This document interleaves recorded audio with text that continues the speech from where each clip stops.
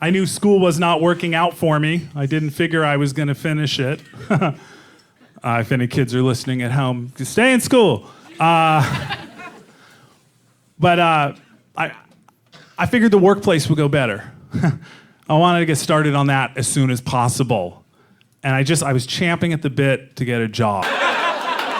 15, and you couldn't get a job at 15. You had to be 16 to get a work permit from school to allow you to work.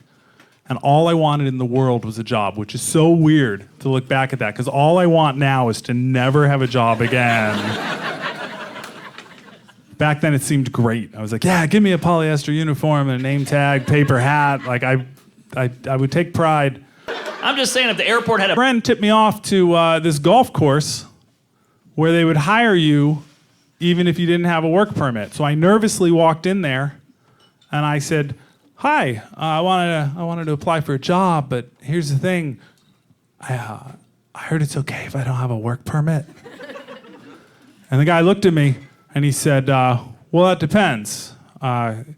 See, I heard that you'd be willing to work for less than minimum wage. And I was like, that's true. That's very true.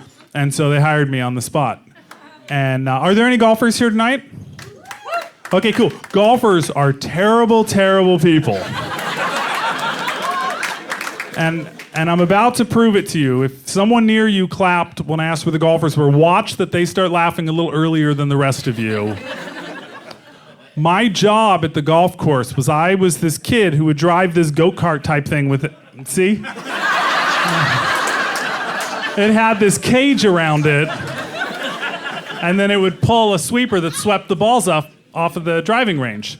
And a golfer's favorite thing in the world is to smack balls into that cage and scare the heck out of that kid as many times as possible. That was horrible. First day, it really wigged me out, and then you start getting used to it. But there were days when it would get really bad, and I'm driving it one day, and there's a guy on the range who I think must have been a pro, because he's driving ball after ball straight into the cage with force. Boom, boom, boom. And the balls start actually hitting hard enough that they're sticking in the links. And I'm like, hey, tic-tac-toe, man, you got 3 in a row, stop. You won. And what I'm worried about is that a ball is going to hit a ball that's stuck and then ricochet in and crack me in the skull. So I start getting really scared, and then he drives one with amazing force, and it hits the frame of the cage. And it hits it hard and just makes this horrible loud ping noise, and I jerk the cart and go off course for a minute. And then I look over at him and I see him do this. Just celebrating like he'd hit a hole in one. Ladies and gentlemen, I'm not proud of myself, but I lost my temper. And steering with my knees, I pointed at the man with both of my hands. Only I kind of pointed up and used a different finger. And I may have also started yelling. And there's words I'm not supposed to say tonight, and on that list of words, every word I yelled was on that list. Except for the word you. Yes, word, word, word, you wording, word, word.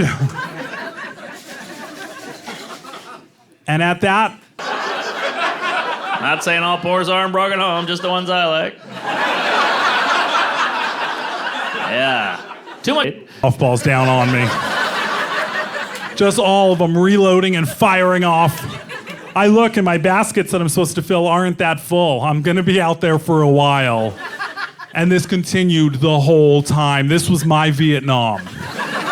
I'm still traumatized. I wake up in the middle of the night like, ah! My wife's like, the golf course again. I was like, ah! It was terrible. Finally, the baskets are full enough, and I go pulling into the pro shop, and there's my boss, Ed, waiting for me. And I pull in, and I'm like, oh my God, my first job, and I'm fired. I can't believe this. And I open the cage, and I jump out, and I start apologizing immediately. Just say, Ed, I'm so sorry, okay? I lost my temper, and I apologize, and I promise it won't happen again. And Ed says, Keith, that was incredible. We have never sold as many buckets of balls can you do that every time?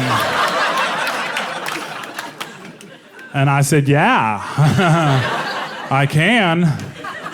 And so that's how I got started in show business.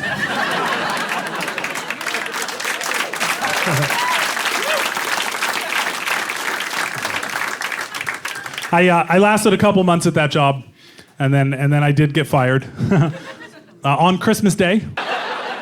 Yeah. Weird guy. Because of course golfers want to golf on Christmas Day. Like I said, they're terrible people. They're like, oh, big family day, our Savior's birth, largest holiday in our nation. Yeah, I'll see you guys later. I'm gonna go catch a quick, what do you guys call it? A quick 18 on the links with the ball thing. I'm gonna go tour. Yes. Very In a expensive. cage, miserable. No time for your presents, kids. Sorry. I'll look at pictures later. Terrible, terrible people. So I'm at home and I'm enjoying my Christmas, and my brother had come up to visit from Southern California, and he says to me, hey, Keith, I want you to know I'm so proud of you having a job at your age. That's incredible. And I said, oh, thanks, Eric. Oh, my God, I was supposed to... Their muscles, why not work out your... Can you drive me in? And my brother puts me in his truck, and he drives me to get fired from the job he was so proud of me for having.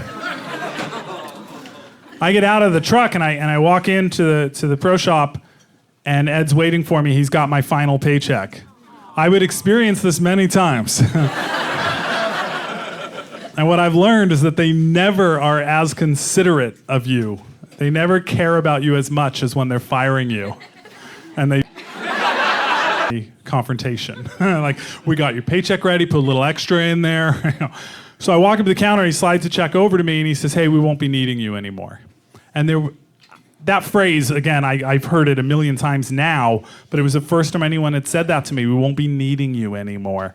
And it really hit me in a weird way, right in the heart. And I went, you needed me?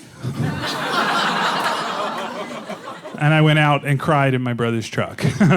Merry Christmas! Ho, ho, ho.